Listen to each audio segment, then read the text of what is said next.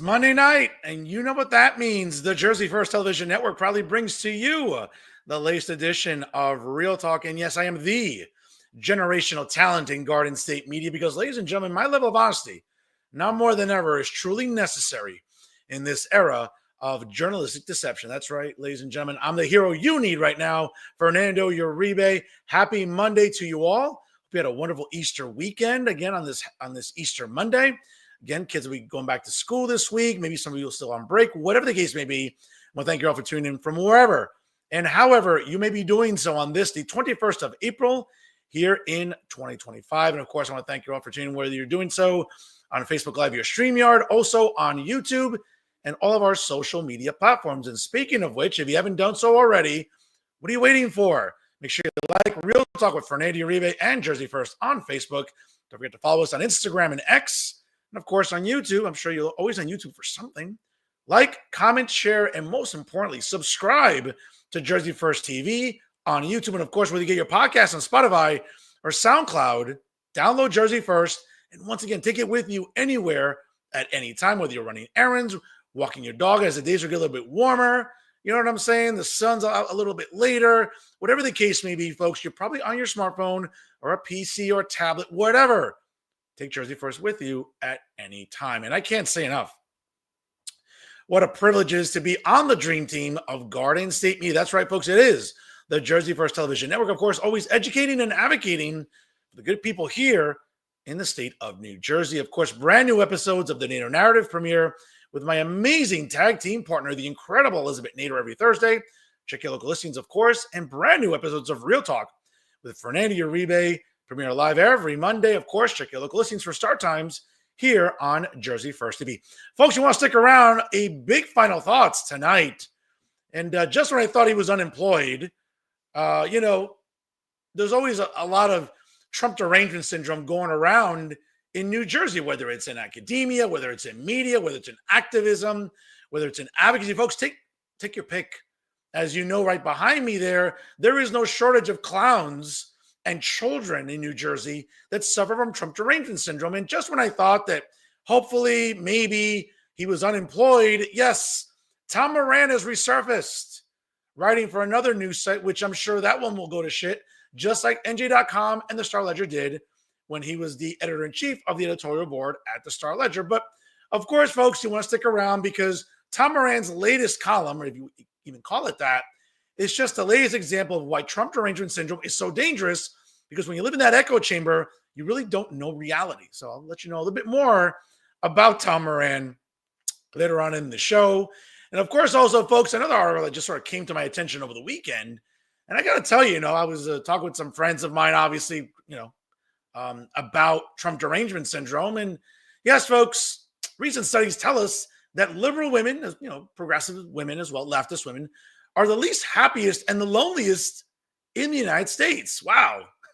According to a new survey. Color me surprised with some of these insufferable feminists and cat ladies. I'll tell you why, folks. They're going to end up really lonely and unhappy in their later years, but more on that during Final Thoughts, folks. You don't want to miss out on that.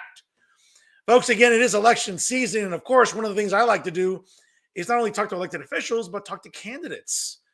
And certainly without an official county line anymore for both the Democrat and Republican parties, candidates just have to start working harder to earn support from voters in their districts, especially not just in these important legislative races this year, because all 80 state assembly seats are up for grabs.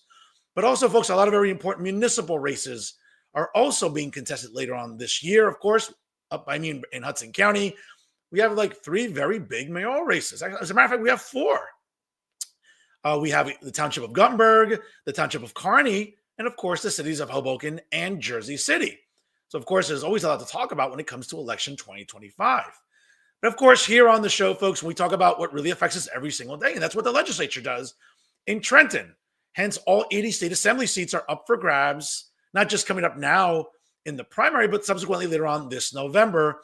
And I got to tell you, one of the most interesting races right now in these legislative elections is in the 36th legislative district. And of course, I've been talking to candidates throughout the cycle, and why not talk to other candidates during the cycle as well? And folks, if you're not familiar with the 36th legislative district. Let me just give you a breakdown here. It encompasses the Bergen County municipalities of Carlstadt, Cliffside Park, East Rutherford, Edgewater, Fairview, Lyndhurst, North Arlington, Richfield, Rutherford, and Wallington, along with Woodridge. And in Passaic County, it encompasses the city of Passaic. So a very interesting demographic there in the 36th legislative district. And let's talk to two people running for those state assembly seats in the upcoming Republican primary coming up on June 10th. Folks, if you ever registered to vote, again, mail-in ballots, I think, are being mailed out this week. You still have time to register to vote. And let's talk to two Republicans running the upcoming primary, folks. She is Diane DeBiase, and Christopher Musto joins us live right now on Real Talk. Chris, Diane, how are you? Good. How are you? Now, Diane, listen, just to get this out of the way, I might have asked you this before when you reached out to me. I'm a big WWF/WWE fan. Any relation to the Hall of Famer, the $1 Million Man, Ted DeBiase? No, it's spelled differently. Everybody asked me, though, but no, it's spelled differently. Okay. No, I know it is, but that would be kind of cool, though. All right, I was just kind of hoping. I'm a big mark for Ted DeBiase, the $1 Million Man, so I was kind of hoping. But guys, good to see you. Hope you had a wonderful Easter. How's the campaign going? Great. It's going really well. We're out walking the streets. We're out every day. We're going to different events, trying to get our name out there, get our voice out there. It's going really well. Yeah. Okay.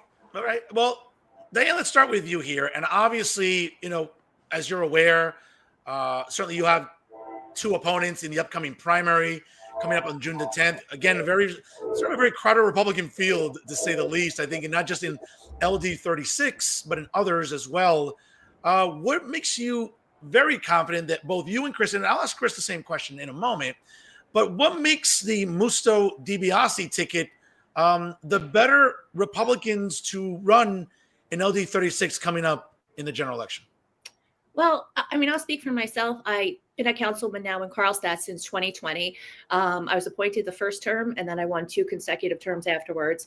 So I have a lot of experience on the local level, and I just want to kind of take it up to the assembly level. When I was in college, I was an intern, and was legislative aide for Assemblywoman Rose Heck.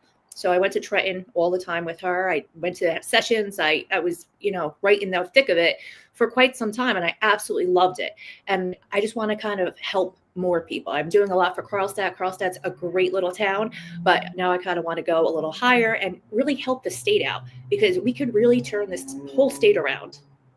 Now, Chris, again, I look at LD 36 and I look at all these municipalities, a very socioeconomically diverse district, to say the least. Mm-hmm. Very different towns. Where I live in Hudson County, obviously I just travel up on River Road a little north, and I'm already in Edgewater. And I'm in Fairview. I'm in Cliffside Park. As a matter of fact, I like going to Cliffside Park. A lot of good restaurants and venues to hang out there. But again, LD 36 is very different. Obviously, it encompasses Passaic. Certainly a very, very different demographic there than maybe the rest of the district.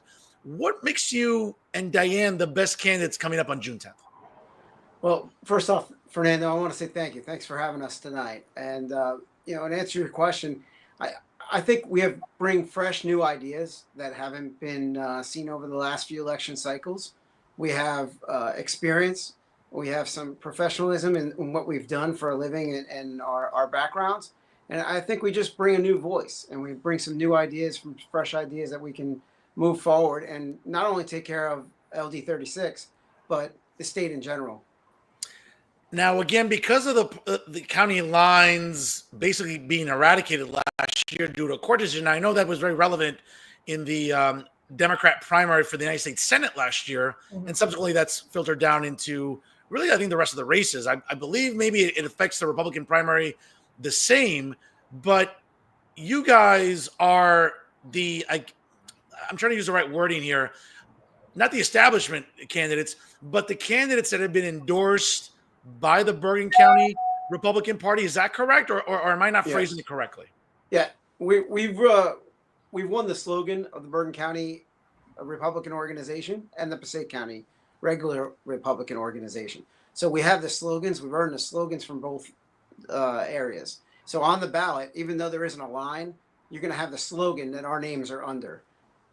Now, was that made up by committee people in Bergen County, Diane? Yes. Well, what happened was, for Bergen County, they did the whole, what they call it, the convention kind of thing. Sure. And we didn't have to do it because the people running against us said they didn't want to do the convention. So Okay. we offered to go, and because we did that in Passaic, we went to the what was it, the Brownstone, and we had a whole convention there, and we spoke, and the twins came up and spoke, and we won that one. So we wanted to do it again for Bergen County, and they said they didn't want to do it. Okay, fair enough. Now, again, you mentioned Passaic County. Obviously, we know last November, the 45th and now the 47th president came within 5 points of winning New Jersey. And obviously, as a history educator and a history fan myself, certainly that was the first time since George H.W. Bush in 1988 that New Jersey's 14 electoral votes almost went red. Mm-hmm. Having said that, Passaic County was won by Donald Trump. Yep. Some municipalities in Passaic County were also won by Donald Trump. So there's an energy there that Republicans, I think, should really jump on coming up this year, not just in a primary, but in the general election later on this November. Now, I'll start with you, Diane. I just feel that this energy that Republicans had last year, again, listen, people went out to vote early in big numbers. People went vote by mail.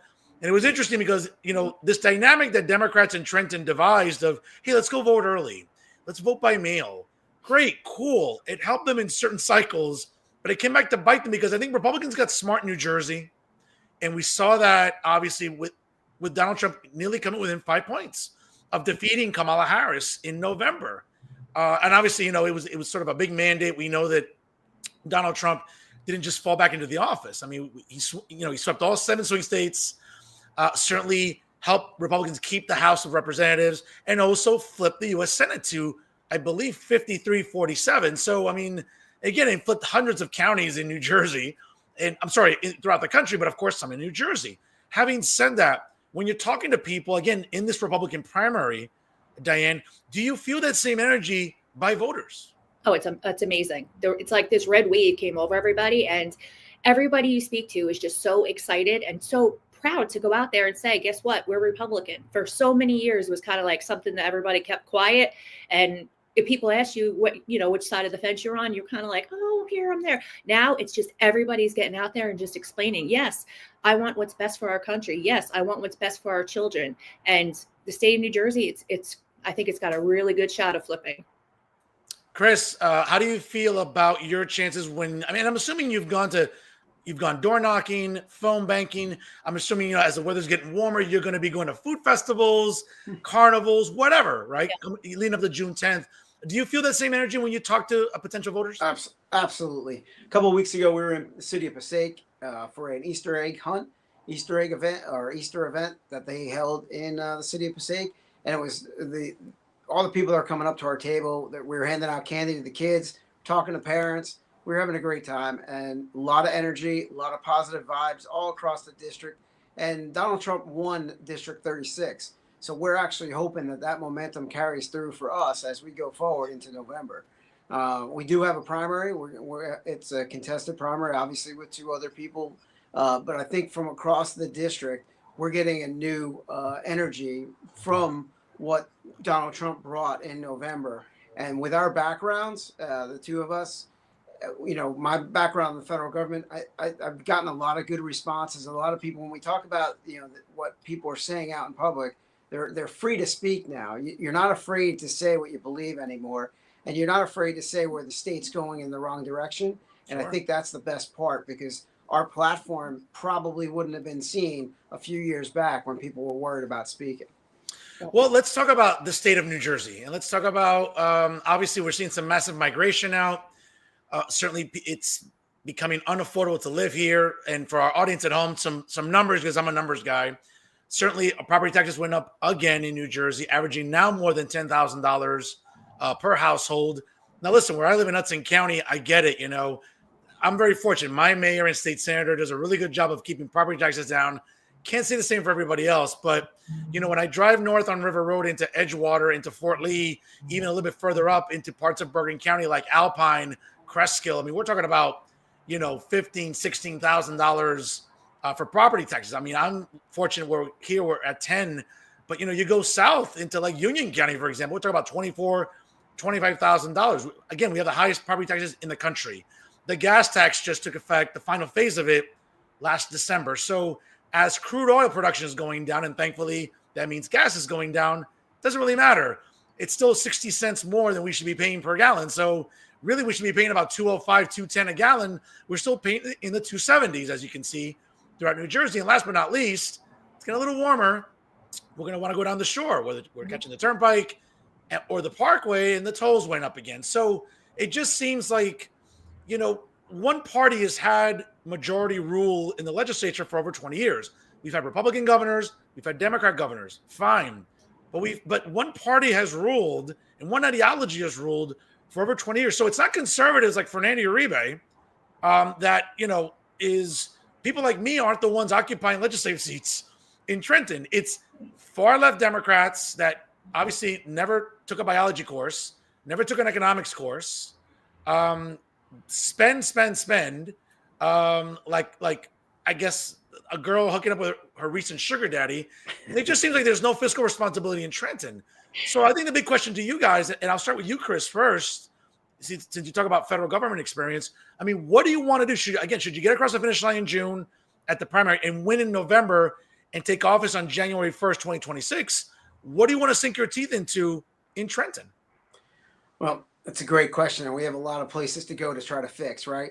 So the first thing that we should look at is these fund taxes that are starting to be introduced into the budget by the outgoing Governor Murphy. It looks like he's on his way out and he just wants to load up however many taxes he can for across the state. Not only that, but his people that he have elected into or appointed into the utilities authorities are going to raise your utility rates this year, June 1st. So as we go into the summer months, and you're going to drive and your gas taxes are going to be high, but your utility bills are going to be high. So when you go to turn on your air conditioner at the Jersey Shore or at your house, or turn your electric on the pool, your taxes are going to be going up. Your prices are going to be going up. But what we'd like to do is reduce taxes. We live in the most densely populated state in the country, and we have people on top of each other, and our taxes are out of control. Income taxes, property taxes, business taxes. There's an out-migration in the state of New Jersey because of all the taxes that we have and all the restrictions that are put on people within our state. And that's what we got to focus on. We got to focus on reducing taxes, reducing our property taxes. I live in Lyndhurst, New Jersey, and mine just went up to $15,000 this year. Our school board of education just got permission from the state of New Jersey to apply for a $7 million additional tax levy from the state of New Jersey. So the school funding formula is flawed. And one of the issues this year is that a lot of towns were reduced in how much money they got from the state for school aid.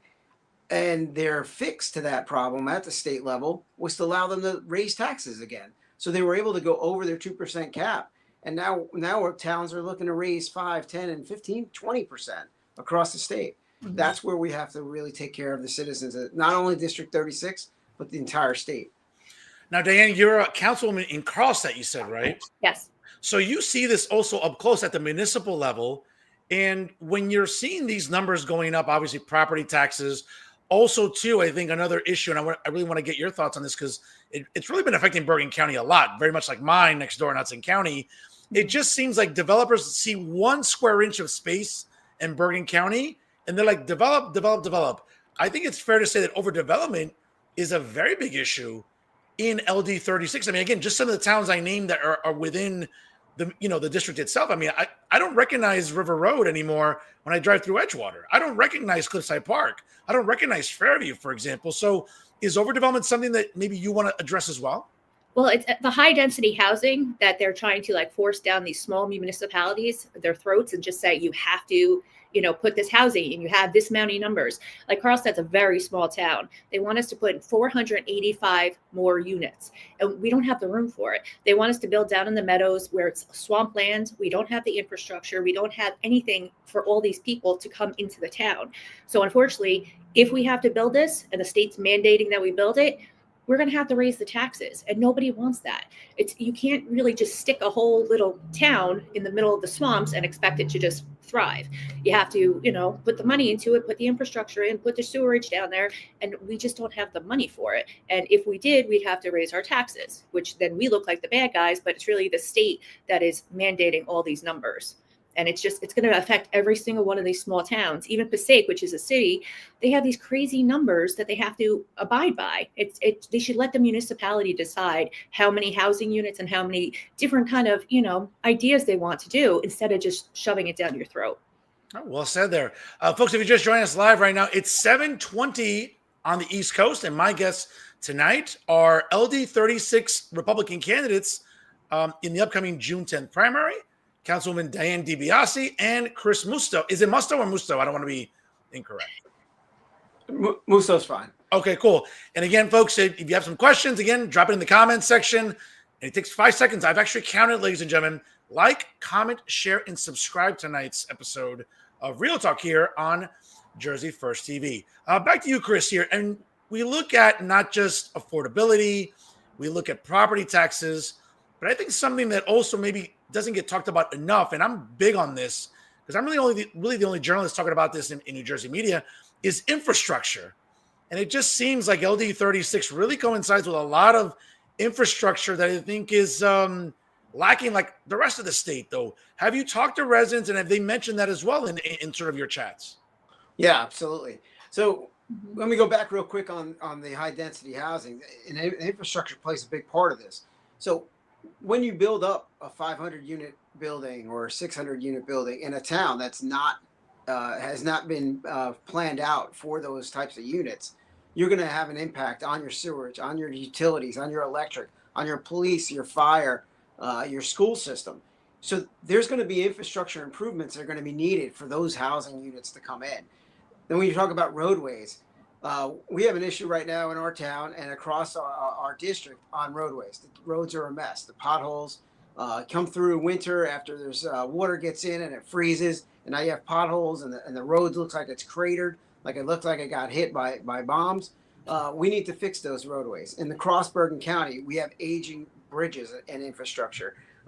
So those bridges in our roadways need to be fixed, and we need to get money to come in from our state and from the counties, and we need to invest in our infrastructure in our areas. But yeah, absolutely. I think roadways is probably one of the biggest issues around the state. In addition to, you see the potholes out on Route 80 and 287.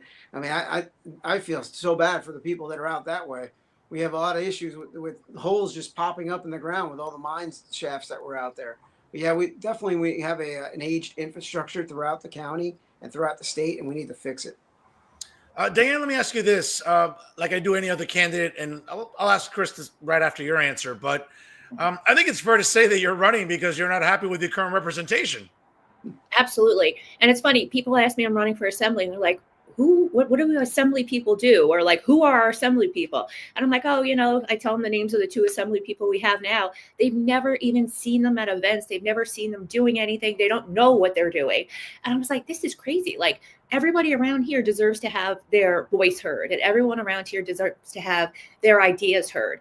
And I think if we put someone like me and Chris in Trenton, we're going to be listening. We want to have an open door policy so that if you have a problem, call us. If you have an issue, come to the office. We want to be able to help people and be able to get everybody's voices heard so that it's not just one group or one party running down in Trenton and not telling people what they're doing, or telling people, oh, we're going to come to your events and then not show up. It's really not fair that these people are representing us and no one even knows what they do. Chris, one of the things that's interesting about this election cycle, as I just mentioned before, obviously, it seems like the far left and progressives in New Jersey specifically haven't learned their lesson since November. Again, if you want to plant your flag on woke bullshit and not know, biology, not understand economics, and have at it. I mean, obviously, it makes you vulnerable. Listen, where I live in Hudson County, it's very, very, it's about as blue as Windex. But when we think about Republicans trying to, and again, for everyone at home that's not familiar with the numbers right now, I mean, Democrats have a pretty big majority. It's 52 to 28, in the state assembly. But I think this is a cycle where Republicans can maybe dig into that majority a little bit, where you could pick up maybe 4, 5, 6, up to maybe 7 seats where there's a lot of vulnerable Democrats in Bergen County, in Central Jersey, in South Jersey. Mm-hmm. Do you feel that, again, the energy from November can carry over into this year when it comes to, like you mentioned, again, utility bills? Once June 1st comes along, it gets a little toasty, and people want to, I might need the air conditioner on or the fan on or whatever, they might think twice when they look at their energy bills. And again, it's very interesting because the establishment media in New Jersey will be, again, with their usual Trump derangement syndrome, we'll be talking about, well, Republicans, this is not Republicans' fault. If you're going to sweat your ass off in June, July, and August because you can't turn on your air conditioning, you can't blame Republicans. In Trenton, Republicans have not had a say in over 20 years. It's Democrats, especially in leadership in Trenton. Okay, we have a guy running for governor who was the Senate president for many, many years, who has the audacity to say, well, I know New Jersey. Yeah, no shit. You know about raising taxes. Okay, so and you have an assembly speaker that's been very complicit in allowing to your point, these utility bills to go up, to allow property taxes to go up, all this ridiculous spending. And now mysteriously, the left now wants to tighten their pants and, have a hiring freeze. Like, where the F was this the last 6 years? So when we think about Democrats being vulnerable, especially in your district, do you feel that you can really galvanize, because you're going to need independence at the end of the day. Do you feel you can galvanize independents in your district to vote for you guys? So look, I think what we're running on are really common sense themes, right? No one wants to be taxed. We have an oppressive tax structure and tax system in this state. No one wants that tax system. No one wants to constantly be paying property tax every year, going up and up and up. And we don't adhere to this 2% cap. I think across the state and across our district, people are just fed up with a one-party rule. They're fed up with one group of people making all the rules. We went over the course of Murphy's term, we went from $36 billion budget to $58 billion. And all it is pork projects. All it is wasteful spending. We're giving money away to people to buy first time $20 million budget for first time home buyers to get down payments. My tax money going for somebody to buy their home. Well, I would have liked somebody to give me a down payment for my first home. That would have been great. $200 million for 100% taxpayer-funded immigrant health care. $200 million. Another $30 million that's going to criminal alien defense. Now, we should not be funding defense attorneys to fight deportation process. It's not a federal issue. It's not a state issue. It's a federal issue. We should not be covering that money. There's so many more opportunities out there to cut in our budget, and we need to take control of the Senate in a couple of years, and this year we have to take control of the Assembly. And if we do that, we can help to move forward with the president's agenda, Trump's agenda, and then move forward with hopefully our Republican governor that's going to win in November. We move forward their agenda, and we can start to fix our state little by little. Look, it's not going to happen overnight, but it didn't get like this overnight, so we need to fix it. Diane, listen, I think Chris hits on every point there. What would you like to add?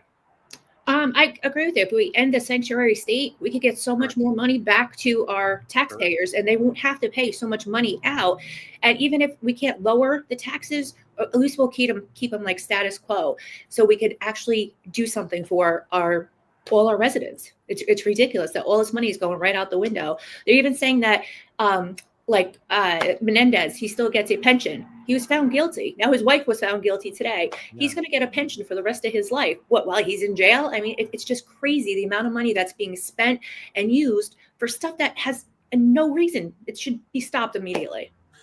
Well, again, Republicans have a disadvantage here in New Jersey because, there's a lot of low information voters that Democrats love to sort of hone in on when it comes to legislative races. And at the end of the day, if you want to flood social media or flyers and say, well, we have to resist Trump. Resist what? Trump has nothing to do with Trenton or property taxes. It's Democrats, like far left, progressive Democrats that love to tax and spend. That's been the issue here. Having said that, you mentioned the gubernatorial race. Obviously that's going to be big when it comes to trying to help Republicans across the finish line in these state assembly races. Again, I think it's not realistic to perhaps think that in this cycle, Republicans can flip the assembly. They can kind of carve their way into a little bit of that majority. Like I mentioned, 6, 7, 8 seats. Again, there's some very vulnerable Democrats in Bergen County, in your district, for example. I think nearby in 35, a little west of you guys and south of you guys. So I think Republicans can make some inroads. Having said that, the gubernatorial race is going to be very, very big here, obviously, because it's the top of the ticket coming up in November. Now, I might piss off some people watching tonight, and I'm not taking a stand here. But, again, let's sort of talk realistically here. And I'm going to, being a broadcast journalist and being the academic that I am, I can read numbers and data, and I talk to a lot of people. And I think that Republicans' biggest obstacle this year is going to be not the president endorsing someone, because the president might endorse somebody eventually. Maybe not by June 10th, but eventually at some point. I think it's fair to say when you look at the numbers, you look at polling, you look at county conventions, and I think you look at, forget about social media. I don't look at those clicks and views. I look at county conventions, and I talk to committee people throughout the state. I really feel that Jack's going to get across the finish line on June 10th. And I think pretty decisively, 45-35. Again, not to, this is not a slight at Bill Spadia. I like Bill. We've had dinner. He's a friend of mine. Jack's a friend of mine. I think Mario Kranjik and John Bramnick are going to bring up the rear 5-10%. But having said that, Mikey Sherrill is going to win the primary for the Democrat Party. From June 11th on, Republicans have to be consistent in, hey, it's not about fighting Trump. It's not about fighting this or fighting Elon Musk. It's not about, oh my God, don't buy Teslas. It's about reducing spending in New Jersey. It's about reducing property taxes. It's about, to Chris's point, and I'm the only journalist talking about this. Why do our tax dollars go into a legal fund to help illegals fight deportation? It's mind-boggling to me. Why does so much money go into Planned Parenthood when they get so many private donations already? Why does the state fund so many of these ridiculous left-wing organizations that of these people that never had a real job in their life? This has to stop. Having said that, my fear is what happened 4 years ago. Jack went through a very ugly primary against Phil Rizzo and others.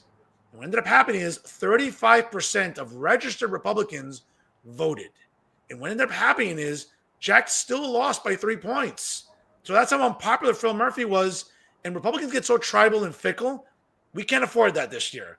If Jack is the nominee, for every other Republican watching, you have to suck it up. Do not stay home. You need to pull the lever for Jack and shut the F up with your tribalism. Am I wrong here? You're absolutely correct. We have to all stick together. It doesn't matter if you're one person that you really loved, didn't get past the primary. You have to stick it up, and just go Republican and just stick by these people who are going to try to hopefully make a difference. Yeah, we can't be fighting on June 11th. Everybody's got to unify and move forward and all start rowing in the same direction. And again, because the numbers should scare the shit out of people. 35% of registered Republicans voted. If even so much as 10% more came out, I think it's fair to say Jack beats Phil Murphy in 2021. Now, again, I have my issues about some votes in county and Bergen County. Mm-hmm. I don't want to relitigate that. Okay, it is what it was. Nobody challenged anything. It is what it was. But having said that, what I do like out of Jack right now is the ads are very fiery. I think that what was lacking in 2021. He's got to take it again to the finish line. He's got to say, hey, New Jersey's unaffordable. And whoever wins the primary, again, and I think that Mikey Sherrill is going to win the Democrat primary. Okay, but having said that, the first question you got to ask any Democrat when you're knocking on doors, again, I'm not campaigning to be a campaign managers, okay?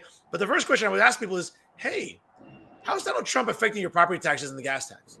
How's Donald Trump affecting the toll on the turnpike? Does Donald Trump have anything to do with that? And again, there's a lot of low information voters that might be like, well, Trump, no, whose fault that is? That's Craig Coughlin's fault. That's Steve Sweeney's fault. Mm-hmm. Okay, that's Nick Scutari's fault, and that's Governor Murphy's fault. Now, do you think you can hammer that message home? Chris, I'll start with you, and then we'll go back to Diane. Absolutely, and we've been saying it everywhere we go. End the one-party rule, right? Get Republicans in, get conservatives, fiscal conservatives to come in, and we can attack the property tax issue. We can attack the income tax issue. We can start to lower business taxes to encourage business to come back to New Jersey, because we're losing businesses as well. When you lose the business, you lose the family that starts that business, and they leave the state. So with all of our restrictions, it's so hard to build a small business in this state. It's hard to keep it going. It's hard to maintain it. But if we can change that once we get in and we have fiscal conservatives come in and we start to take over the assembly, we take over the Senate, We have a governor in place that wants to make these changes. We can make all these changes. We can end the wokeness across the state. You know, another thing we haven't talked about yet, but is education, and that's something we want to fix as well, because our educational system is lacking. Right? We're just geared towards a specific track, a college track. We want to see if we can partner with unions to come in and start an early trade program in our schools. We want to end the wokeness throughout our schools. We should give rights back to our parents, right? And then obviously we're all for keeping biological males out of female sports. But going forward, I think it's really important to start moving forward, moving the needle forward with the assembly people, and win the assembly seats, so we could start to reduce the tax burden in this state and start to really give money back to our residents. Diane, how do you see it? I agree. I mean, like I said, we have this wave going forward with everyone, being very pro-Trump, and everyone's so happy that like Elon Musk is getting money back. We almost have to do the same thing in New Jersey, have our own Doge, so that we could figure out where this money is going and get people like excited that, you know what, we're going to do something. We're going to go out there and we're going to make sure that everybody in New Jersey is like getting their fair share. I mean, it should not be going to all the people who came here illegally and are just using up all our resources, using up our money. It's just not fair. So I think you out and talk to these people, and everybody's just really excited about getting a new start almost. Like the whole country has a new start. Why can't New Jersey? Why are we still stuck with this Democratic rule that they're not doing anything for the residents? I mean, when are we going to get our voices heard? And when are we going to be able to, get something for all the hard work we put into it? Me and my husband work full-time jobs. It's just not feasible to live here and be able to be happy, because it's so expensive. We got to get out there and get the message that you have to vote Republican. You have to get these people out of office. And it's fair when we look at numbers here. Folks, again, if you're just joining us live right now, it's 7:36 here on the East Coast. My guests tonight are Assembly candidates running in the 36th Legislative District for the upcoming Republican primary on June 10th. Councilwoman Diane DeBiase, and of course, Chris Musto. Join us live here on Real Talk. Folks, if you have questions or comments, drop them there in the comments section. Love to hear from you guys. Tune in tonight, obviously. Again, like, comment, and share tonight's episode here on Jersey First TV. Now, what's interesting, though, is you talk about affordability and obviously all the issues that are affecting us. Numbers also tell us that, we're halfway through this decade, and we're already seeing that, for the most part, states like California and New York that are pricing people out of it are going to lose electoral votes coming up in the next census. Like in states like Texas and Florida, coincidentally, red states that are governed better are going to be picking up those seats because of migration. I think it's only a matter of time before New Jersey's 14 electoral votes start getting shaved down because people start moving out of here. Now, again, we still have 5 more years. We'll see what happens with the massive migration out. But we're seeing it in blue states. People just can't afford to live there. And I know you guys are being champions for fiscal responsibility. But to Chris's point, too, and again, I'm one of the only journalists, if not the only one, that's been fighting back against all the woke bullshit in New Jersey. Mm-hmm. This curriculum in our public schools. Obviously, we're seeing that all these nonprofit organizations are having so much influence in Trenton, whether it's having the governor's ear, having legislators' ears. Mm-hmm. I'm tired of this. I'm tired of the fact that, grown adults can't, answer a simple question like, what's a woman? Or the idea that, hey, if you have XX chromosome and XY chromosome, that's it. There's a biological reality here. But it just seems, I think, that assembly candidates, while a lot of these culture war issues matter, I think it's really about hammering home, especially to our changing demographics here. There's a lot of Hispanics that are growing in terms of population in New Jersey, and especially in your district that I see. What do you think is a good message for communities that are being really disenfranchised by these awful policies in Trenton? Diane, we'll go. Okay. Yeah. Well, I think one good thing is me and Chris we're both married. We both have children. We're both very religious. And I think that affects a lot of people now. People are starting to get back to church more. People are starting to realize that family unit is something that's very important. If you don't have the family unit, you're not going to survive. And I think that, people are really starting to understand that that's a very important thing. And like you said, the Hispanic community, they're very into religion. They're usually very into family, very into, a combined group. And I really think that's important. We need to go out and show that, this is what we are. This is me. This is Chris. This is us. We just want to go and do the best for you. And we want to make sure that you guys are happy and you guys are getting the responses you need. And I think Chris feels the same way. We're both just very family oriented people. And I think that shows a lot. I mean, we do everything for our family. And that's the reason why we do anything, is because we want to make this better for our kids. We want to make this better for everybody else to come. It's not just about, making sure that Democrats get elected. This is about my kids' future and this is ridiculous. We just have to make sure we make a change. Chris? Yeah, same. I mean, we're very family oriented. I've been very community oriented all my life. I've coached sports. I've volunteered as a coach, as a Board of Education member. I was elected a couple of times. Part of the reason why I joined the Board of Education, or I ran for the Board of Education, was to make sure that I changed things in Lyndhurst, to make things improve the situation for the students, not just for my kids, but for my kids, but for all the kids of those classes, and then into the future for the grandkids that are going to come through. You can't just leave things alone. The status quo is not going to work, and that's basically everybody is becoming disenfranchised with what's currently going on. I've talked to Democrats, I've talked to independents. They're not happy with the way things are going. It's not the Democratic Party that they grew up in or that they remember from years ago. This is some really extreme left wing Democratic Party, and they're done with it. They need to move on from there. And even they even see themselves coming further right. They may not register as a Republican, but they're going to probably vote Republican because they're tired of the lack of parental rights, the lack of family units, the lack of the family in itself. And like you said, what is a woman? I mean, that is probably the easiest question you can answer, but I'm not sure why it's so difficult for some people on the other side of the aisle to give that answer. Look, we care a lot about our families. We care a lot about the people that we're attempting to serve here, and that hopefully, with any luck, we will serve. But we will be having our ears open to whatever their issues are and try to deal with those issues and work them out for them. All right, well said. Let's get to something that maybe doesn't get discussed a lot, especially during this assembly races.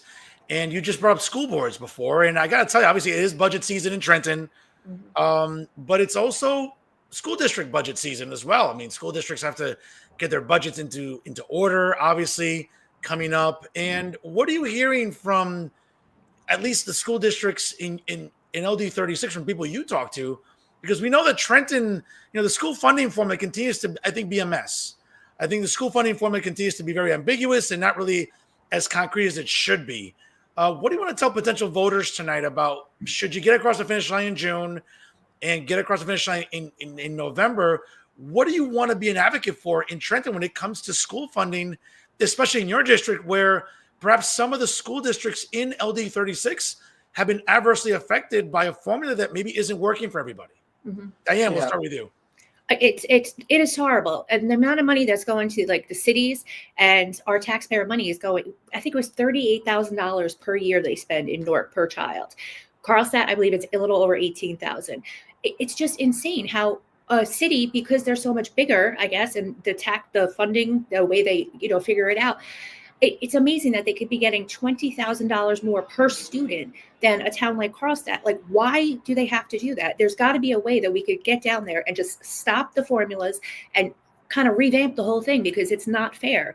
I think, Chris, you probably know a little bit more about this than I do, being on the Board of Ed, but it's just something that everybody's got to look into and just realize that it's not fair the way that they're separating the money and separating, because you're a city, you're going to get so much more money and allocated this much money. It's got to be on the same level. Everybody's got to have like an even playing field. Yeah. So I think 18 school districts across the state receive 50% of the total school aid funding from the state of New Jersey.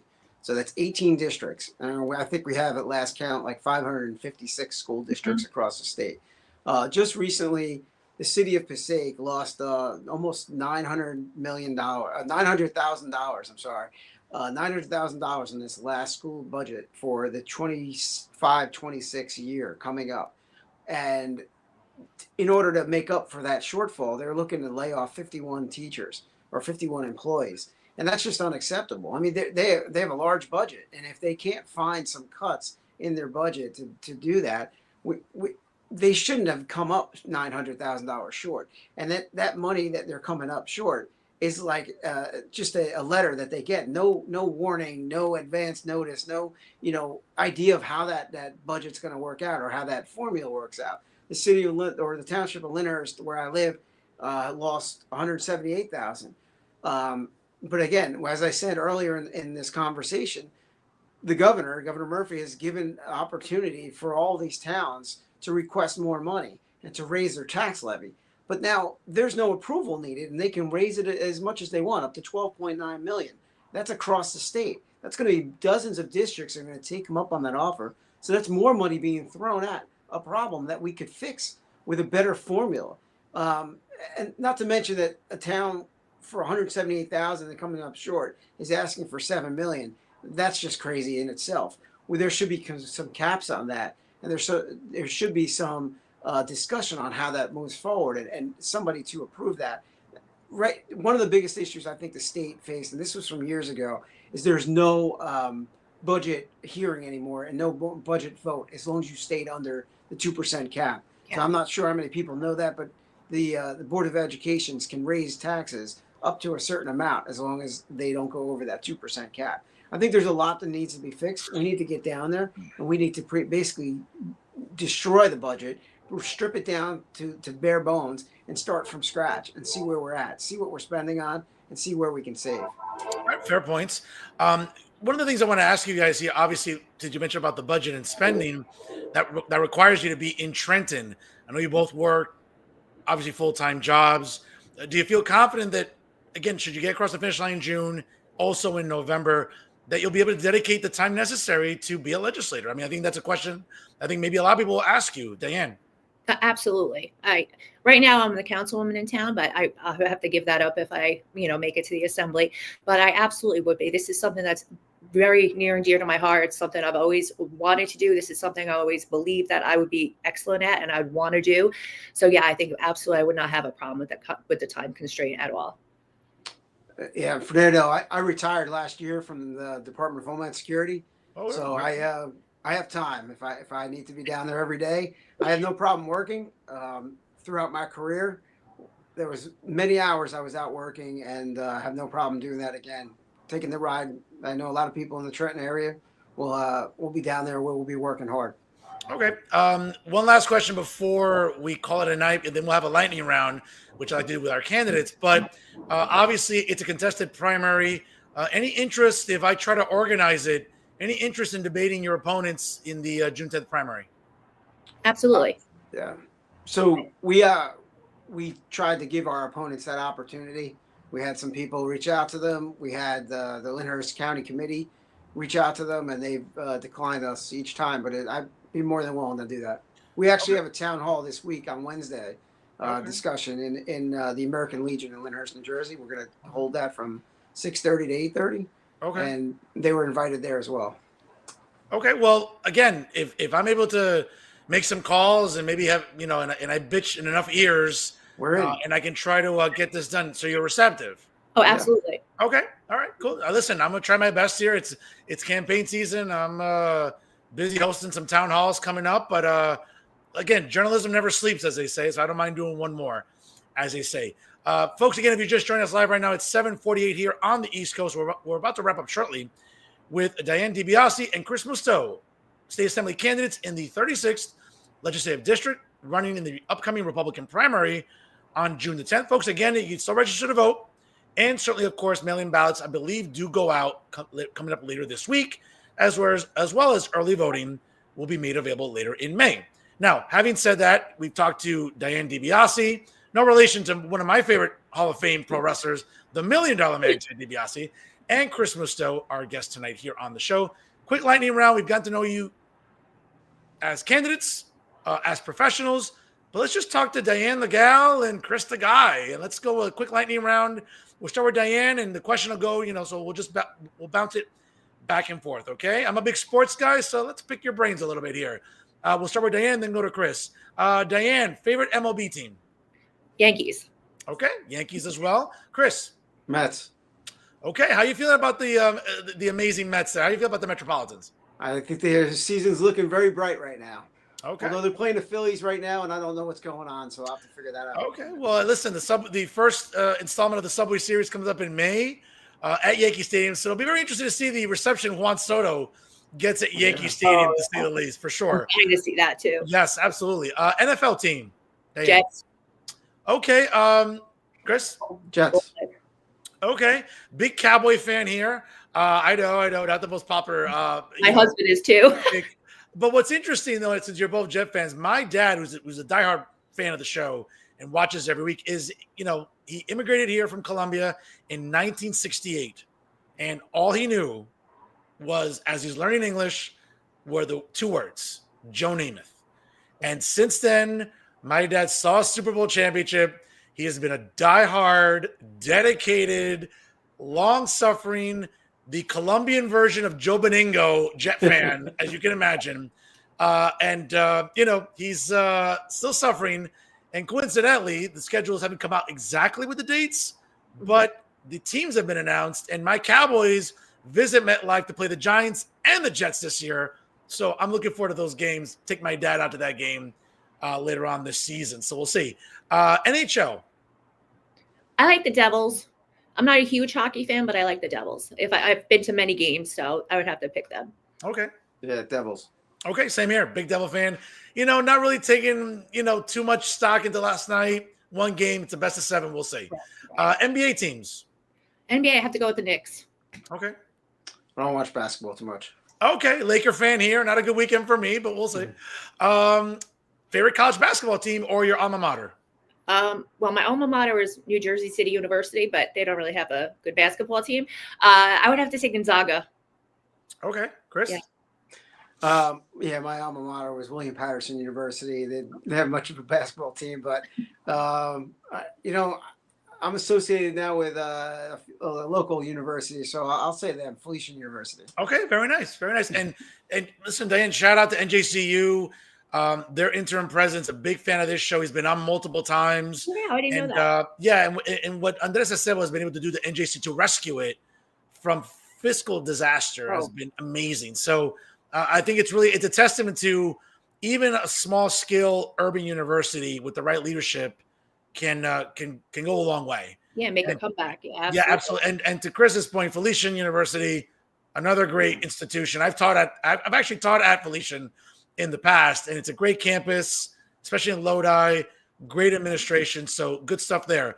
Hate to put you on the spot here, but favorite cuisine and restaurant in LD36. Ooh, all right. My favorite restaurant would have to be Elia in East Rutherford. It's Greek food, but the food is absolutely phenomenal. The atmosphere is phenomenal. That would be my favorite restaurant. Okay. Yeah, there's so many. I'd have to go with a great lunch spot. I'm there a couple of times a week. Vinnie Mutz in Lyndhurst, New Jersey. Okay, good stuff. I know of the place. Very nice. Not sure if you guys are fans, but Marvel movies, DC movies, any superheroes? No, I'm sorry. Okay, fair enough. That's my sons. They would give me something, I'm sure. Okay, fair enough. And last but not least, favorite American president and why? Mine is definitely Ronald Reagan. He was phenomenal. I loved his policies. I loved the way he talked. I just loved everything about him. He's my absolute favorite president. Okay. I feel like I'm copying, but he was mine as well. I grew up with Ronald Reagan and, loved his policies, wanted to be like him, visited his statue in the Capitol. That's my guy. Okay. I have to say Ronald Reagan as well. I think in my adult life, and I was young. I remember being in elementary school when Reagan was president, but it's the memory of him and like just reading about his life story and certainly his 8 years, being the son of a Cuban mother, escaping communism and seeing the fall of the Berlin Wall and defeating communist Russia, I think is one of the biggest accomplishments I'll always appreciate about President Reagan. So God rest his soul. I think he's one of the better presidents that I could recall in my adult life. And this might piss off some people, but coming in second, it's got to be the guy that shook his hand in 1986. And that's the 47th president, Donald Trump. So I got to say that. But Diane, Chris, you've been absolutely great to come on with me today. I appreciate your time. Thank I you. really appreciate your belief in my brand of journalism and giving me the opportunity to talk to candidates during this election cycle. Real quick, drop any links, websites, social media handles about your campaign real quick. We have Musto and DeBiase for Legislative District 36. And we're on Facebook, we're on Instagram, we're on Twitter, we're on, I'm trying to think what else, Chris. We've got all the platforms covered. So we're pretty much all over the place. And our website has a bunch of videos that we've shot Yep. and anything that we're doing, any events, and all of our viewpoints and all of our vision is on there. Yep. Well, again, I want to thank you for your time, really for giving. Again, you're very busy. I'm sure you want to keep knocking on doors, phone bank, whatever.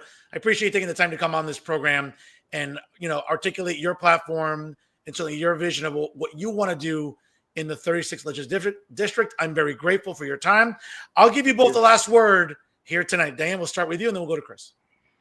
Pretty much my last word is I'm ready to make a difference. I want to start this up. I want to get out there and I want to make a difference. I want to make New Jersey the place that we grew up in. I want to make it back to what we know and love, why we're still stuck here, why staying here, why we're going to live here for the rest of our lives. And I want to make it worth it to stay here. Yeah. If you're looking to lower your taxes, you want to reduce your taxes, you want to lessen the burden on your business. If you want to end the sanctuary status and we want to support law enforcement, support our first responders, if we want the school funding formula to change, if you want us to help seniors with their taxes, to lower their property tax, to improve the infrastructure in New Jersey, and to stop overdevelopment, then we're the two people that you want to vote for in this June and then in November. Musto and DeBiase for Assembly. That's the best I can say. Okay. Well, again, Diane, Chris, I want to thank you for your time. Again, not a lot of candidates like to talk to media, but I know that here in New Jersey, the establishment media doesn't give Republicans or conservatives any airtime. I'm proud to do that. And, that's why I think I get the traffic that I do and that they don't. So I appreciate your time.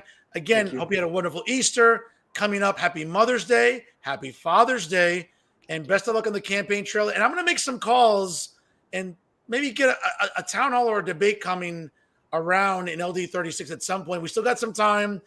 We got about 45 days to go. And if anyone can do it, I know I can. And I look forward to talking to you guys on the campaign trail. Folks, they are Diane DeBiase and Chris Musto, our guests tonight here on the latest edition of Real Talk right here with Jersey First TV. You guys, God bless you. Best of luck. And we'll talk to you soon here on Real Talk. Thank you. Thank you. All right, folks, it's 8 o'clock exactly here on the East Coast. And as you can see there, certainly great conversation with Assembly candidates Diane DeBiase and Chris Musto in the 36th Legislative District.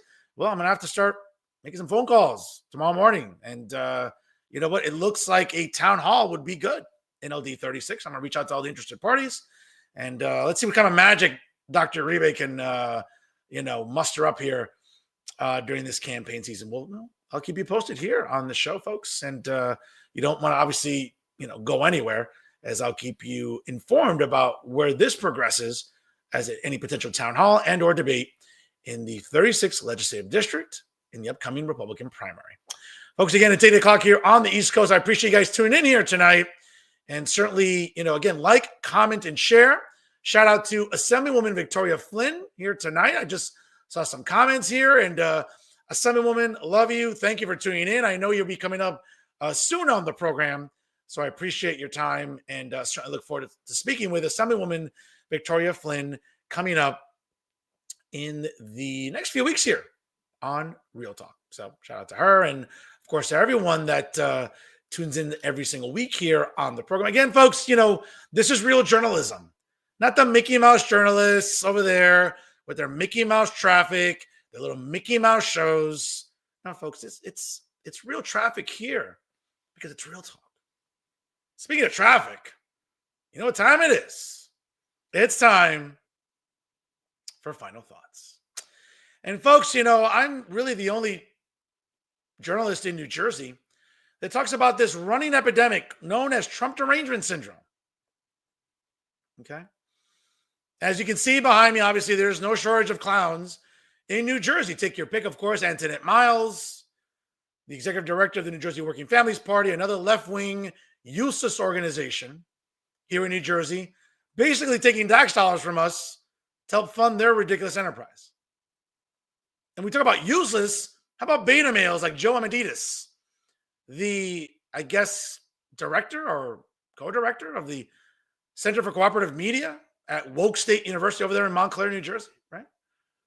A guy who, folks, it tells you everything you need to know when beta males have pronouns in their email signatures.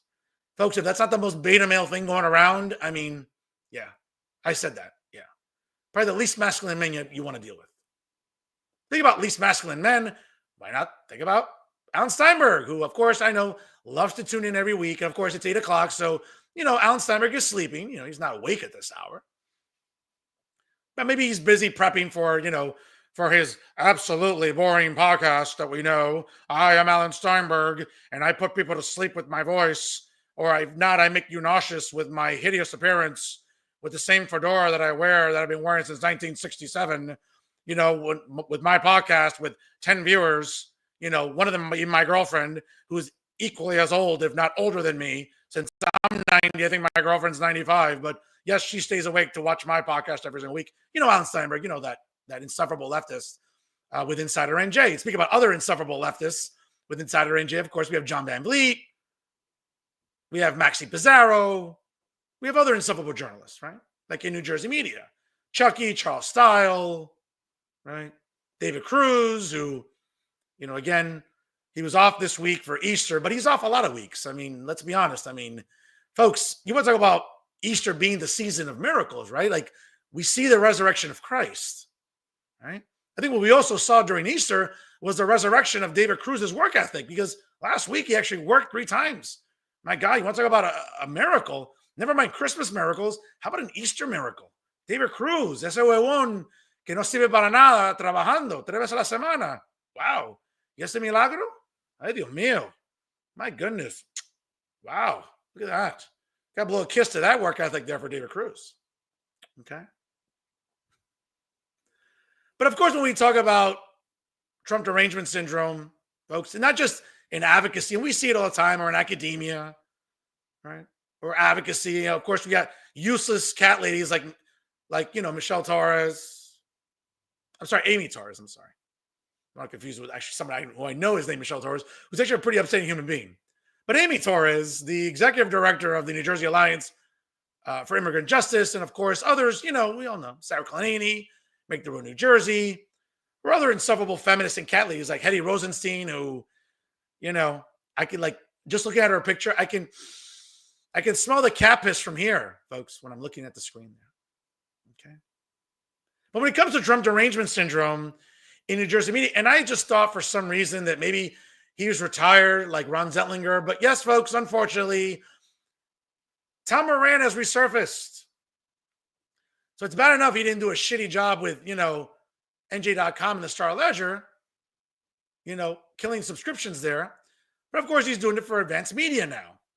And his latest column, folks, is a staunch reminder about clowns like Tom Moran, who seem to want to die on a hill for some of the most vile people in today's political climate.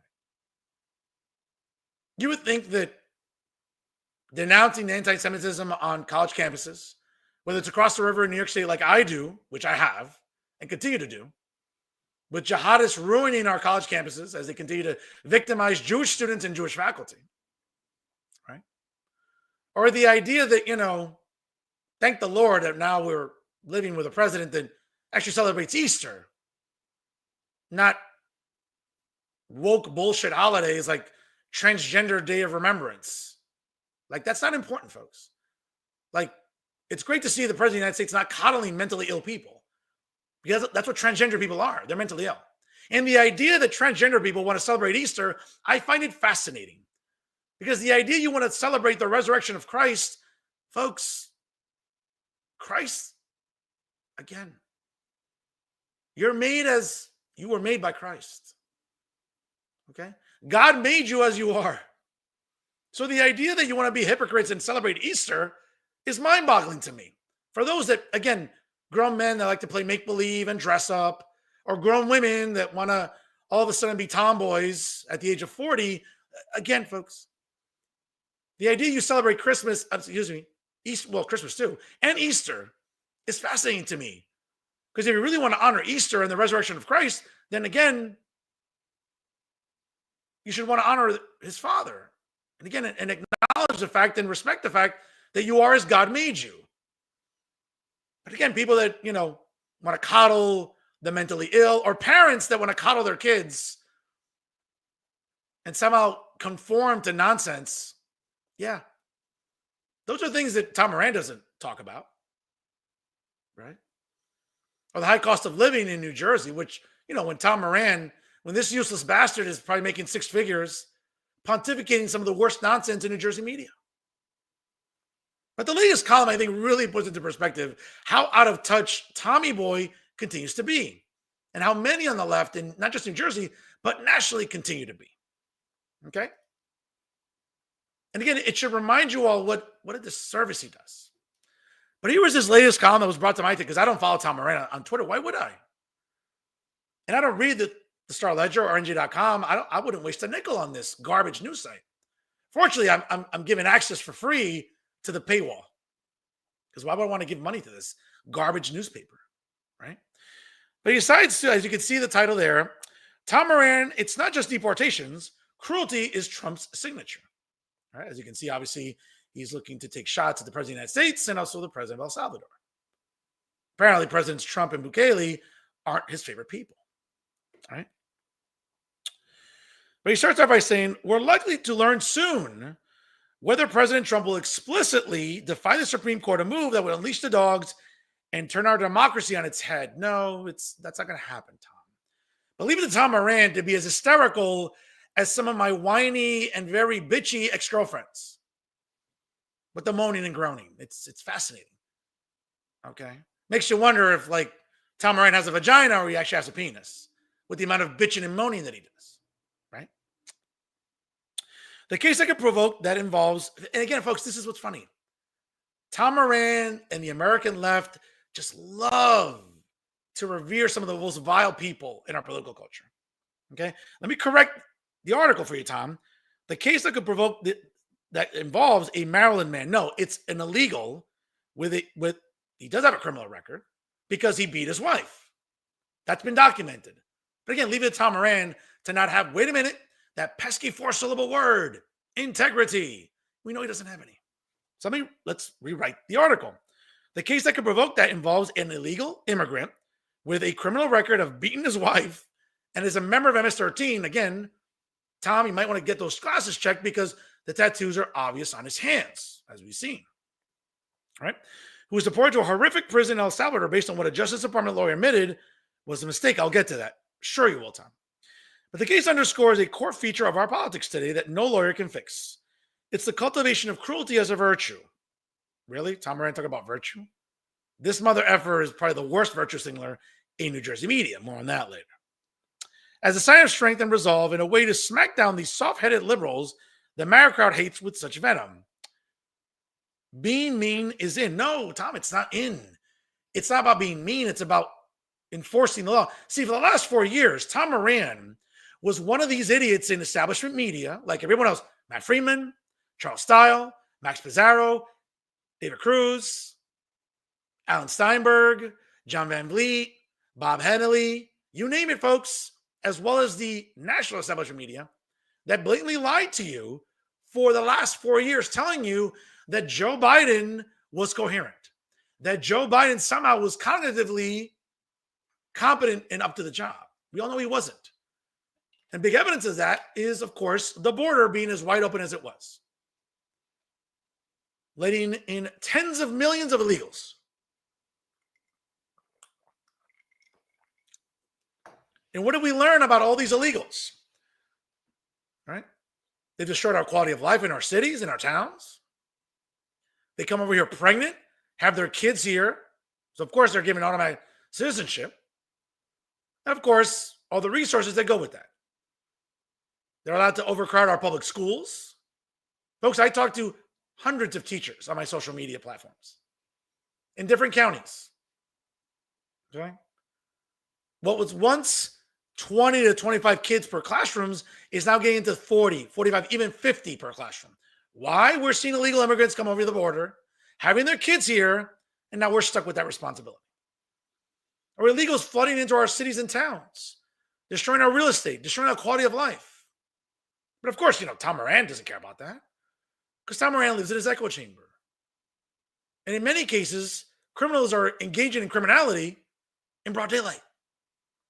We see it across the river in New York. Now, if Tom Moran never left his house, like I do, and see it, he would know it. But we're seeing illegals committing criminal acts in broad daylight.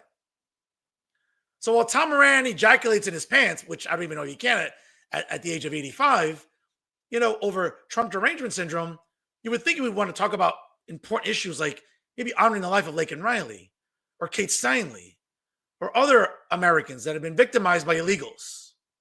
You think Tom Moran would want to do that? Of course not. Because Tom Moran sucks. There's no easier way to say it. Tom Moran's brand of journalism is shit. And of course, it takes a shitty human being like Tom Moran to do shitty journalism. More on that later. But let's continue with this article. Okay. Let's go here. This is something new, playing the cruelty card for political gain. And to the MAGA movement, it's nothing to be ashamed of. Kindness is for wimps. No, Tom, it's not about being kindness. The idea that about enforcing the law, about enforcing our borders, about preserving sovereignty, about law and order, that matters. That's not for wimps. When I think of wimps, I think of you, like the rest of the beta males in New Jersey media. But that's not why I think you're a wimp. I think you're because you're intellectually dishonest. More on that later. Okay. Tapping within our borders, too. The Trump budget for next year is set only in broad outlines. But it's almost certain to extend Trump's 2017 tax cuts, which are tilted towards the rich, while cutting programs for the poor like food stamps and Medicaid. That didn't happen. That didn't happen, Tom. You want to concoct this lie because it feeds all 10 of your readers, but we both know that's a lie. Okay? The cruelty is most ferocious, though, when it's aimed at immigrants. No, Tom, illegal immigrants. Illegals that are destroying our way of life here. That are committing criminal acts in broad daylight. Okay? So don't get it twisted about this sob story Tom Moran's trying to paint right here. We all know it's bullshit. And here, let's first stipulate the Democrats made it easy for him by allowing the chaos at the border to spin out of control for years. Yes, that's right. And something that you never talked about. Because you were too busy going after Trump, instead of calling out Joe Biden. But again, this is why Tom Moran's garbage journalism doesn't get any traffic. Right? And with the foreign-born population now exceeding 15%, the highest in more than a century, many people of goodwill are demanding tough new restrictions. But this crowd seems to relish the job. No, it's not about relishing the job. It's about wanting to do the job, which the last administration didn't do. The woman you so avidly praised that should be the next president, Kamala Harris, was the border czar, who didn't do anything to enforce the border. But not one complaint from Tom Moran, right? He would tell you how evil Donald Trump was and that democracy is on the line, on the ballot, and we're approaching fascism. We're not approaching anything, Tom. We're approaching you being as hysterical and menstrual as some of my ex-girlfriends, but not really factual. See the difference? Okay. Let's see what else we can come here. Which brings us to the El Salvador case. The deported man, Kilmar Armando Abrego Garcia, was in prison a month ago in one of the world's most squalid and dangerous prisons, the Terrorism Confinement Center in Tecoluca, El Salvador, where prisoners are packed into giant cells holding an average of 156 prisoners. Oh my God, Tom, breaks my heart that gang members and criminals are being jammed into a prison. Oh my God. Oh, it breaks the soul. Oh my God.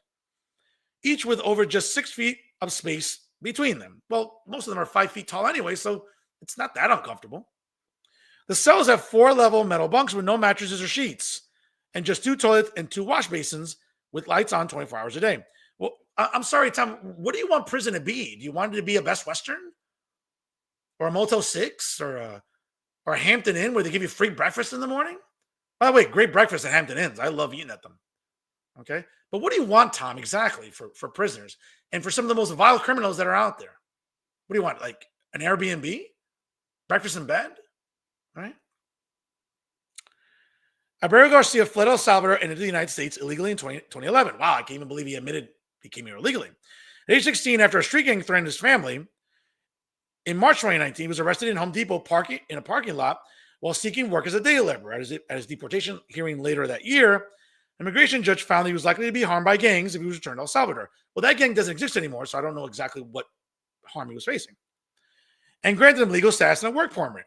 He's now married to an American citizen who he's beaten the shit out of, because we've seen the criminal record already, with 3 children, and he's been checked in with ICE annually. But in March, ICE arrested Abreu Garcia, accused him of gang membership, which, again, folks, look at his hands. The tattoos are there. And again, I get it. Tom Moran is like 85 years old. His eyesight's not very good anymore. But Tom, you might want to go to your optometrist and get your eyes checked, because the tattoos are as clear as day. Okay. Now, on April 10th, the U.S. Supreme Court ruled Abreu Garcia's deportation was illegal and that the government must facilitate his release. The meaning of that is unclear.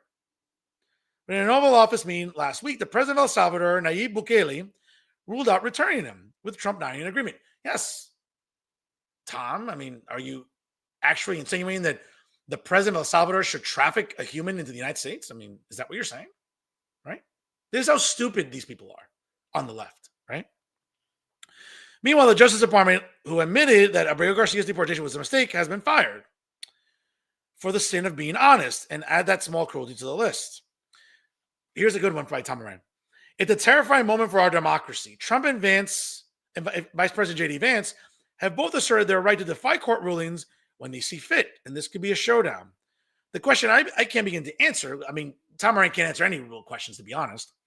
Why would they elevate this particular case where their mumbling and cruelty is so glaring? Well, I'm not going to read you the rest of it. But folks, you get the picture here. Whether it's Tom Moran, whether it's United States senators on taxpayer dollar funded trips going to El Salvador to advocate for some of the most vile people, an illegal immigrant, a gang member, and a wife beater. That is who Tom Moran is getting an erection for. That is who the American left wants to plant their flag on a hill for. And what's interesting is all this bitching and moaning about bringing Garcia back. You know what's going to happen if somehow they're successful? He has an order of deportation. So he's not staying here. He's going to be shipped right back out of the country. But that's where people who are intellectually limited like Tom Moran struggle. Right? They'd rather virtue signal and demonize the Trump administration, talk about the rule of law and we'll talk about weaponizing the Justice Department. Folks, that's what Joe Biden and Kamala Harris did the last 4 years. Going after the 45th president with bullshit charges. And we all learned that's what they were. But never once do you think Tom Moran would talk about the rule of law there and the abuse of power by the Justice Department. But he's going to bitch and moan about this one. Folks, Tom Moran's a clown. He continues to be a clown. So it's bad enough he didn't destroy NJ.com and the Star Ledger, but now he's going to destroy. And let me make sure I get the employer correctly here. Hold on 1 second. Let me make sure. Okay. The correct employment is Advanced Local, another news site that I'm sure will go to shit because of employing shit human beings like Tom Moran. Folks, Tom Moran's one of the most vile people in journalism, if you even call it that. Tom, if you're so worried about Garcia, please, and I'm not begging you. If you want, I'll drive you to the airport and you can fly to El Salvador and maybe go visit him in that prison. And with any luck, we hope that they'll keep you there and that you rot away in that prison because you don't serve a purpose in this country. And for anyone that reads Tom Moran's columns and takes him seriously, I hate to tell you, you're just as dumb as Tom Moran is, if not dumber, because you're falling for this act. Folks, Tom Moran hasn't been intellectually honest since God knows when. I'll tell you what he's really good at: virtue signaling and bullshit. So yes, while it's easy to call Tom Moran a clown, yes, it's easy. What's more important is to call him out on what he is. He's a vile human being. Okay? He's a shit journalist doing shit journalism for a shit news site, well, soon to be, because at the end of the day, folks, Tom Moran He's a shit human being. That's something Tom Moran can't correct. And you know what? Maybe that's a question he needs answered too. Folks, speaking about useless, and again, staying on the topic of Trump derangement syndrome, came across a very interesting column.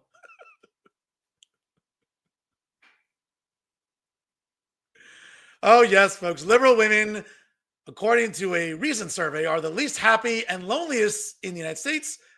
Folks, does it really surprise you?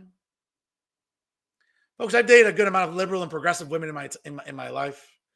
Not really dated. I mean, probably more messed around with. I mean, who wants to bring home these insufferable women and cat ladies to their mothers and fathers? Okay. But folks, it shouldn't surprise you, right? You ever had a conversation with a feminist? Or these cat ladies? Right? Shouldn't surprise you about them being the least happy and loneliest. Because they're miserable human beings. I mean, if you dedicated as much time to, I don't know, being more intellectually honest and not being insufferable, maybe a lot of you would be married by now. Maybe a lot of you wouldn't be childish cat ladies. Okay? Some of them obviously are there on the photo I put up before. But folks, the survey here shouldn't surprise anybody. Because what have we learned, especially in the last 4 years, in our political climate, when it comes to feminists, progressives, the American left, and cat ladies? They're some of the most insufferable, vile people around. Okay? They'd rather stick up for illegals and gang members and wife beaters than stick up for real biological women. Or the idea that they want to keep coddling mentally ill people, transgender people. And somehow, that grown men play make-believe or dress up, or grown women being tomboys in their 40s is somehow normal. Okay? That somehow this level of mental illness is acceptable. Or parents, worse, that enable this with their kids. Instead of getting them the help that they need, no, they're going to enable their mental illness too. Folks, I can't really blame the kids. I blame their parents for being shitty parents if you can enable this level of mental illness. But this is what feminists and cat ladies and the American left revere. Okay? They get behind some of the worst people in our political climate. Whether it's gang members, illegals, wife beaters like Garcia, career criminals like George Floyd, BLM rioters who, for an entire summer 5 years ago, were burning private and public property to the ground, all in the name of, hey, you have to hold the memory of a career criminal like George Floyd. Right? Are pushing all the woke bullshit on us, such as gender right. Folks, that's a social construct nonsense. Okay? Let's live in biological reality. Can we do that, please? And I know that's hard for a lot of feminists and liberals and cat ladies and progressives in the American left. I get it. But it shouldn't surprise you that they are the loneliest and that they are unhappy. Imagine coming home to insufferable women like this. I don't mind hooking up with them. I don't mind taking them home for the night. I don't mind sending them home on an Uber or a Lyft. But these aren't dateable women. Who wants to marry these insufferable women? I certainly don't. I'd rather stay single than deal with this bullshit. But that's exactly what it is. Feminism, wokeness, all this devotion to cats, you name it, folks. Shouldn't be any surprise that these are the women that, again, are the loneliest in American society, that are the unhappiest in American society. Okay? They continue to be insufferable. Okay? I mean, folks, let's be honest. When we think about the American left and cat ladies that stink of cat piss and feminists and the American left and all these progressive women, oh my God. Folks, let's be honest. I mean, at least hockey players, at least with hockey players, after 3 periods, they'll at least take a shower. I can't say the same for the others. But when we think about what makes them insufferable, folks, it's as soon as they open their mouths. And I get it. Some of them are hot. Well, not really. I haven't met too many good-looking feminists in my day, you know. But of the few that I have, folks, you can only tolerate them for so long. Okay? Get a few drinks in them. Take them home. Do what you got to do. But do you want to wake up next or the next day and have a conversation? No. Why? So you lose brain cells? Yeah, no thanks. I'll stick to nice, good-looking, conservative women. Because really, those are the ones that clearly are the happiest. And clearly, as you know, they're not lonely at all. So, again, to all the feminists and cat ladies, the American left and progressive women, do better. Come on. It's not too late for you. You don't exactly have to be that insufferable and miserable for the rest of your lives. Well, maybe you want to. Who knows? But if that's the case, that's totally on you. And those are my final thoughts. Folks, that's our show for this week. Once again, I want to thank our amazing candidates here tonight. Great guests here this evening, Diane DeBiase and Chris Musto on the program. Of course, obviously, the upcoming June 10th primary there in LD 36, as well as all the other legislative districts in New Jersey. Obviously, early voting begins later next month, and I believe mail-in ballots will be mailed out later this week. So, again, folks, we'll try to see if we can get a town hall going between candidates in LD 36 in the remaining weeks here of the primary season here in election 2025. Folks, once again, check out our program on all of our social media platforms. Of course, make sure you like us on Facebook. Of course, don't forget to follow us on Instagram and Twitter. Of course, for all you YouTube subscribers, like, comment, and share all of our great content, courtesy of Jersey First TV. And of course, whether you get your podcast on Spotify or SoundCloud, download Jersey First and take it with you anywhere as the weather's getting warmer and the days are getting longer. I can't say enough, folks, what a privilege it is to be on the dream team of Garden State Media. That's right, folks. It is Jersey First TV. Brand new episodes of the Nader Narrative premiere every Thursday, hosted by my outstanding tag team partner, the incredible Elizabeth Nader. And brand new episodes of Real Talk premiere every Monday night. Check your local listings, of course, right here on the Jersey First Television Network. Folks, I can't say enough. If it's unbiased, unfiltered, and unafraid, it's always Real Talk right here on Jersey First TV. I am the generational talent in Garden State Media, and certainly I'll continue to be the weapon of mass disruption in Garden State Media because, folks, my level of honesty, now more than ever, is truly necessary in this era of journalistic deception. That's right, folks. I'm the hero you need right now. Fernando Uribe saying have a great rest of your week, folks, as we be closing out the month of April. Again, we've seen some rain here, April showers.